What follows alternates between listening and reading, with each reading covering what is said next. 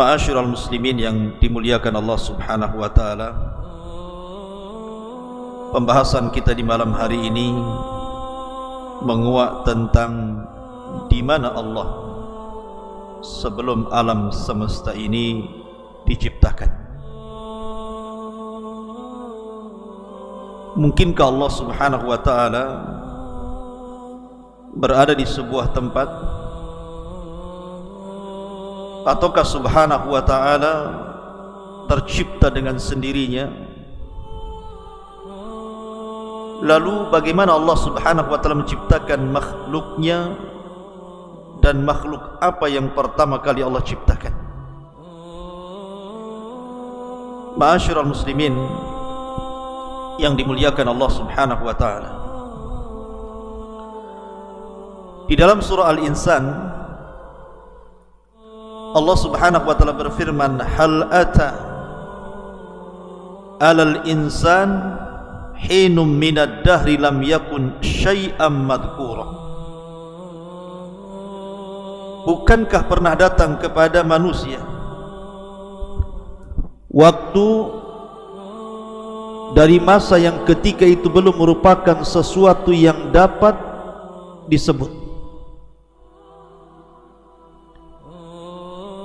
Dari ayat ini, ketika Allah Subhanahu wa ta'ala mengatakan lam yakun syai'an madhkura, sesuatu yang belum dapat disebut namanya, ini arasy, ini kursi, ini langit, ini Adam, ini Hawa, ini gunung, ini sungai, ini hutan, dan begitu seterusnya. Belum ada penyebutan itu. Hanya Allah Subhanahu wa ta'ala satu-satunya sang pencipta di alam semesta ini. Ma'asyiral muslimin yang dimuliakan Allah Subhanahu wa ta'ala,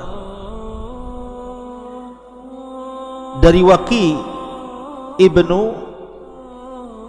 Udusin, dari pamannya dari Abi Razin radhiyallahu anhu, dia mengatakan, ya Rasulullah, aina kana Rabbuna azza wa jal qabla an yakhluqa khalqah? Dia berkata, ya Rasulullah, di manakah Tuhan kita yang maha mulia sebelum menciptakan makhluk-makhluknya? Maka Nabi SAW bersabda, kana fi ama'in ma tahtahu hawa wa ma fawqahu hawa thumma khalaqa arsyahu 'alal ma. Maka Nabi SAW bersabda, Allah berada di ama, di mana ama di bawahnya tidak ada udara, dan di atasnya pun tidak ada udara. Kemudian Allah Subhanahu wa ta'ala menciptakan arasy-Nya di atas air. Ma'asyiral muslimin yang dimuliakan Allah Subhanahu wa ta'ala, apa itu ama? Karena di sini Nabi SAW mengatakan bahwa Allah Subhanahu wa ta'ala berada di ama. Disebutkan oleh para ulama seperti yang dikatakan Al-Qadhi, maksudnya Qadhi Iyad, al-muradu bil ama ma la taqbaluhu al-awhamu wa la tudrikuhu al-uqul wal afham,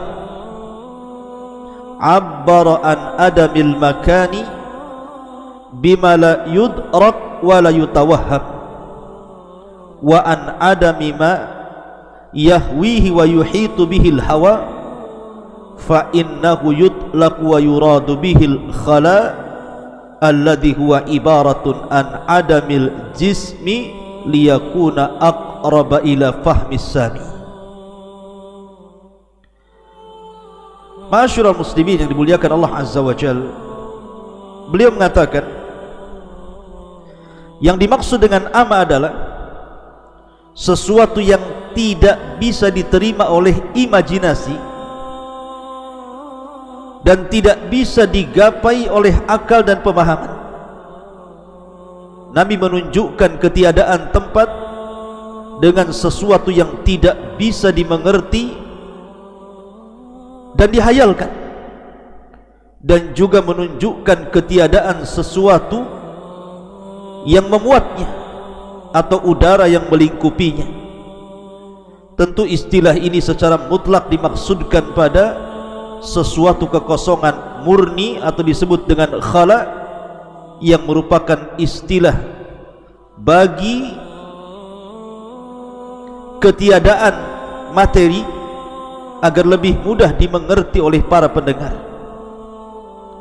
Intinya bahwa sebelum Allah Subhanahu wa ta'ala menciptakan makhluk-makhluknya, sebelum ada saya, sebelum ada Anda, sebelum ada Adam, sebelum ada Hawa, sebelum ada langit dan bumi, bahkan sebelum ada langit, kursi, bahkan sebelum ada arasy, maka Allah Subhanahu wa ta'ala berada di ama.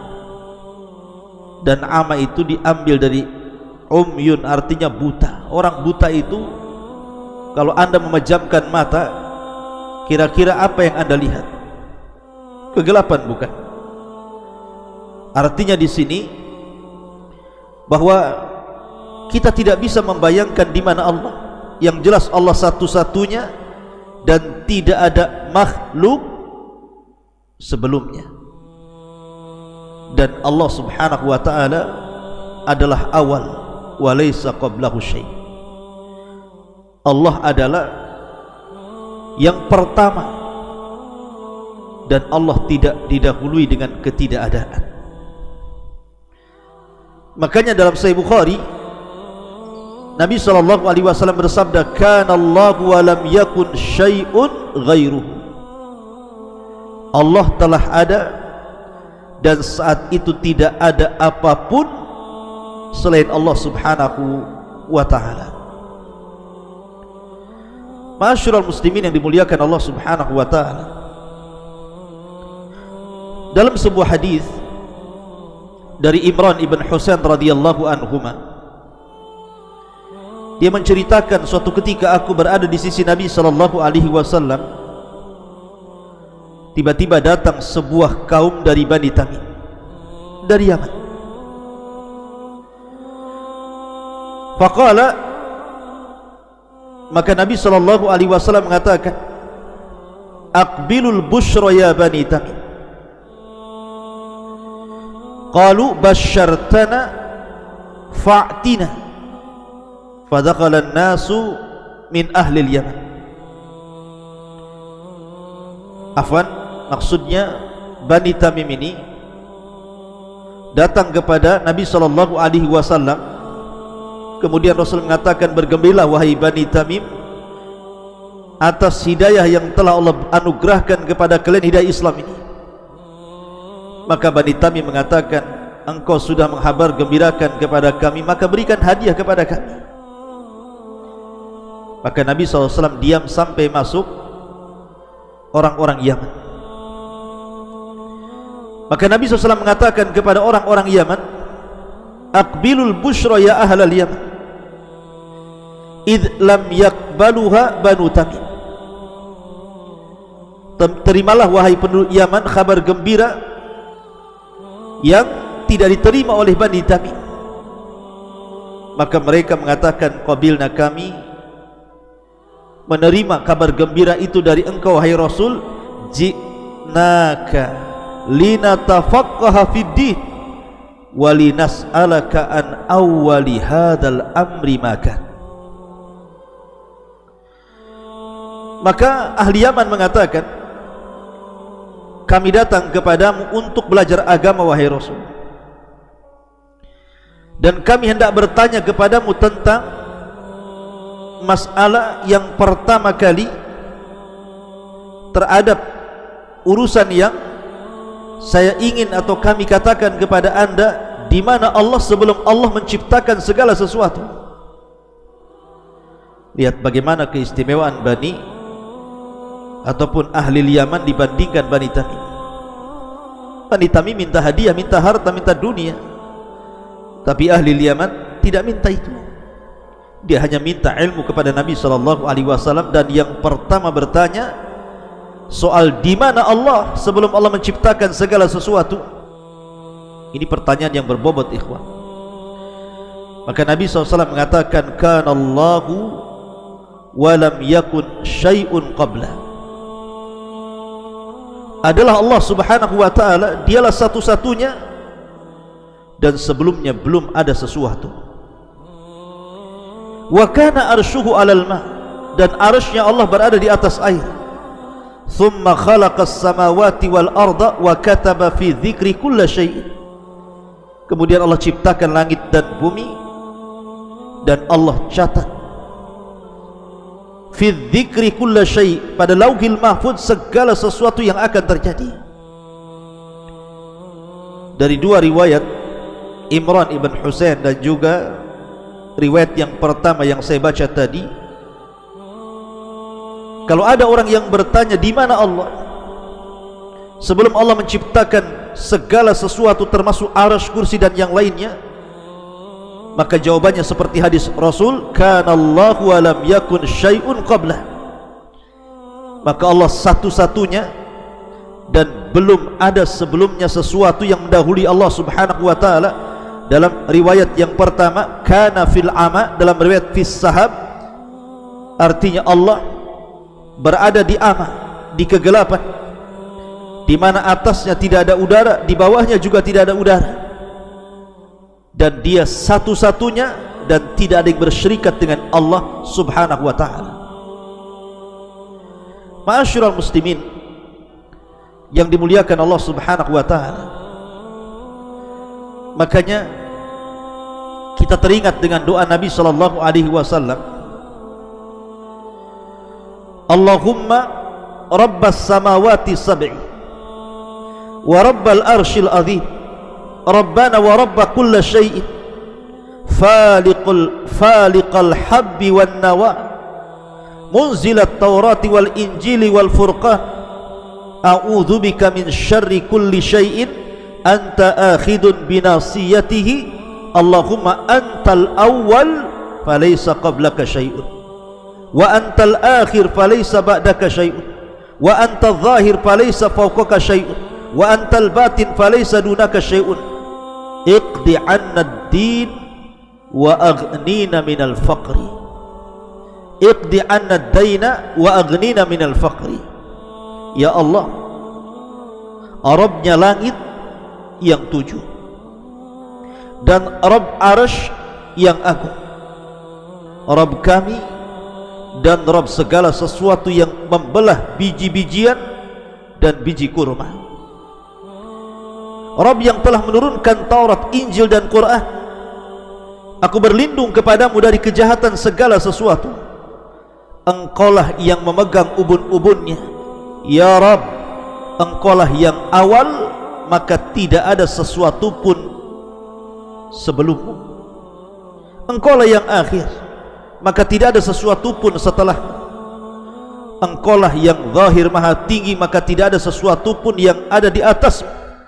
Dan Engkaulah yang maha batin, artinya maha dekat, maka tidak ada sesuatu pun yang lebih dekat darimu. Ya Rabb, lunasilah hutang-hutang kami dan cukupilah kami dari kemiskinan. Hadis dikeluarkan Imam Muslim. Di sini ada kata-kata Allahumma antal awwal falaysa qablaha syai'. Engkau adalah zat yang pertama kali dan sebelumnya tidak ada sesuatu. Sebelummu tidak ada sesuatu. Ia satu-satunya. Dia tidak tercipta dengan sendirinya, karena mustahil.